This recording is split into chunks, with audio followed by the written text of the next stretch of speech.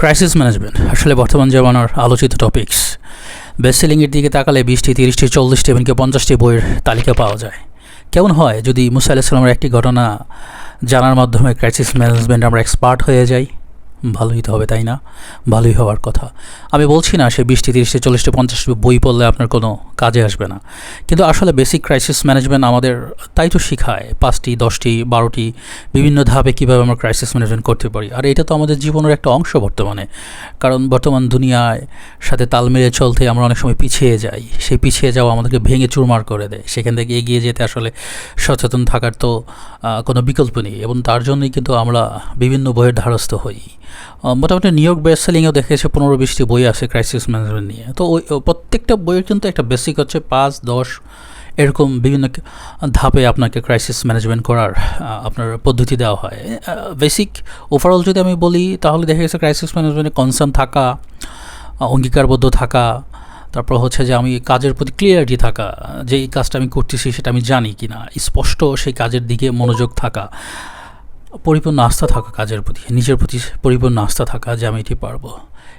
এত কিছু কেন বললাম? ক্রাইসিস ম্যানেজমেন্টের একটি ঘটনা বলার জন্য। মুসা আলাইহিস সালামের এই একটি ঘটনা আমার মনে হয় আসলে আমাদের জীবনকে পাল্টে দিতে পারে। ঘটনা হচ্ছে যখন মুসা আলাইহিস সালাম বাধ্য হলেন অনেকটাই ওনার নিজ ভূমি ছেড়ে চলে যেতে, উনি তখন মাদিয়ান নামের একটি জায়গায় আশ্রয়ের উদ্দেশ্যে বের হন। সেখানে আসলে ওনার থাকার জায়গা নেই, খাওয়ার জায়গা নেই, পানি পানেরও জায়গা নেই। এইরকম একটা বিভৎস অবস্থার ভিতরে যদি আমরা থাকি আমাদের কী অবস্থা হবে সেটা একবার কল্পনা করুন তো। থাকার জন্য মাথার উপরে আশ্রয় নেই, খাওয়ার কোনো ব্যবস্থাই নেই, একা একটা মানুষ, মানে পানি খাওয়ার মতো একজন মানুষ নেই যে আপনাকে পানি খাওয়াবে। তো এরকম অনেক দূর যেতে যেতে একটি গাছের নিচে মুসা আলাইহিস সালাম বসেছিলেন, একেবারে একাকী। কিছুক্ষণ পরে দেখলেন সেই গাছের সামনে অনেক দূরে দেখা যায় হালকা যে একটা কুয়োর থেকে পানি নিয়ে কিছু লোক তাদের গৃহপালিত পশুকে পান করাচ্ছে।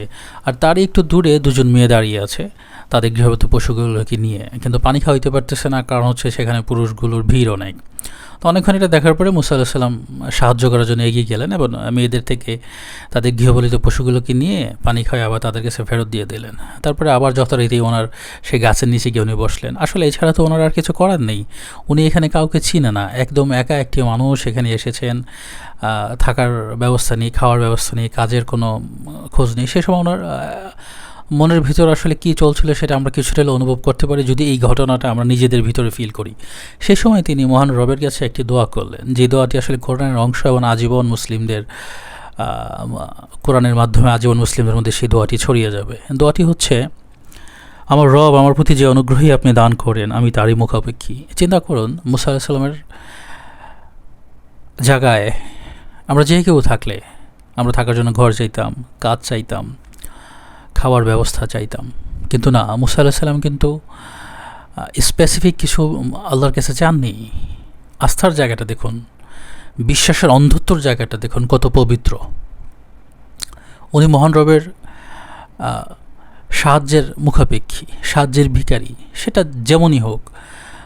আল্লাহ যদি ওনাকে খাবার দেন তবু আলহামদুলিল্লাহ, না দিলেও আলহামদুলিল্লাহ। আল্লাহ যদি ওনাকে থাকার ব্যবস্থা করে দেন তবু আলহামদুলিল্লাহ, থাকার ব্যবস্থা যদি না করে দেন তবু আলহামদুলিল্লাহ। এই যে বিশ্বাসের জায়গা, এটা কিন্তু মানুষকে মানসিকভাবে অনেক শক্তিশালী করে ফেলে।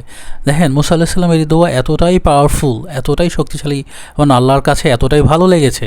কোরআনের অংশ তো করেছেই নি, সেই সময় মুসা আলাইহিস সালামের অবস্থাটা দেখেন। দুটো গৃহপালিত পশুকে পানি খাওয়ানোর ব্যবস্থা করেছিলেন, সেইখান থেকে একজন মেয়েকে বিয়ে করে সৌভাগ্য হয় এবং তাদের সাথে থাকার সৌভাগ্য হয়। সেখানে ওনার থাকার ব্যবস্থা হয়, কাজের ব্যবস্থা হয়, খাওয়ার ব্যবস্থা হয়। আলহামদুলিল্লাহ, দ্রুতই ওনার জীবনে পরিবর্তন আসতে থাকে এবং তারপরে মুসা আলাইহিস সালামের বাকি জীবনের ঘটনা তো আমরা জানি। চিন্তা করেন, একজন মানুষ আমরা যদি এরকম একটা বিশ্বাসের জায়গায় দাঁড়াতে পারি, স্পেসিফিক অনেক কিছু চাওয়া যায়, কিন্তু আল্লাহর প্রতি, রবের প্রতি যদি একেবারে একটা বিশ্বাসের অন্ধত্ব চলে আসে যে আমার রব যা করবেন তাই আলহামদুলিল্লাহ, একবার চিন্তা করতে পারেন মনের ভিতরে কতটা শান্তি আমাদের কাজ করবে। আমরা ক্রাইসিস ম্যানেজমেন্ট করতে পারি, 1 ধাপ, 2 ধাপ, 3 ধাপ, 5 ধাপ, 10 ধাপ পর্যন্ত কাজ করতে পারি, কিন্তু প্রত্যেকটা ধাপে কিন্তু অনিশ্চয়তা আছে। জীবনে তো নিশ্চয়তার কিছু নেই।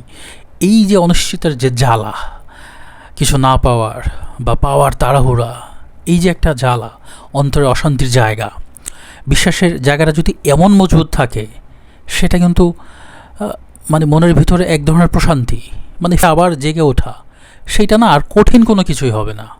কিছু একটা হারিয়েছে, কিছু একটা পায়নি, নিজের কোনো একটা ব্যবসা শেষ হয়ে গেছে, নিজের কোনো একটা চাকরি শেষ হয়ে গেছে, সো হোয়াট, আবার শুরু করব, আমার আল্লাহ আমাকে পথ দেখাবে।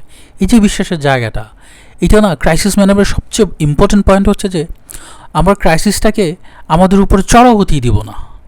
সেক্ষেত্রে আমাদের মনোবল ভাঙতেছে না। আর ক্রাইসিস ম্যানেজমেন্ট আমাদের শিখাই এই মনোবলকে শক্ত রাখতে, কারণ মনোবল ভেঙে গেলেই মানুষের কাজ করার সক্ষমতা শেষ।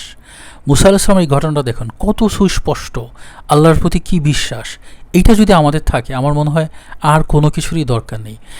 আপনি চিন্তা করুন তো, আপনি যদি মোটামুটি মানের একটা ভালো মানুষ, খুব ভালো মানুষ না, মোটামুটি একটা মানের ভালো মানুষের প্রতি এক ধরনের অন্ধবিশ্বাস করেন, ওই মানুষটা এমন কোনো কাজ করার আগে শতবার ভাববে যে কাজটায় আপনার আর্থিক বা শারীরিক ক্ষতি হইতে পারে বা সামাজিক ক্ষতি হইতে পারে, যে না, মানুষটা আমাকে এত বিশ্বাস করে।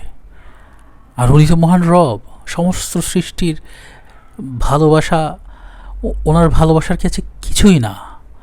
সেই রবের প্রতি এমন বিশ্বাস থাকলে, যেটা মুসা আলাইহিস সালামের বিশ্বাস, সেই রবের কাছে যদি আমরা বলতে পারি, আমার রব আমার প্রতি যে অনুগ্রহ আপনি দান করেন, আমি তারই মুখাপেক্ষী, তারই ভিখারি, মনের ভিতরে কতটুকু প্রশান্তি কাজ করতে পারে আসলে কল্পনা করা যায়? কোনো ক্রাইসিসকে আমাদেরকে ভেঙে দিতে পারবে? মনে হয় না। মুসা আলাইহিস সালামের এই ঘটনা আসলে আমাদের জন্য দুনিয়ার জীবনের সবচেয়ে বড় ক্রাইসিস ম্যানেজমেন্ট শিক্ষা। দুনিয়ার কোনো কিছুই আমাদের ভেঙে দিতে পারবে না। আমরা জানি আমাদের রব আছেন, আমাদের সাথে আছেন। সবাই ভালো থাকবেন।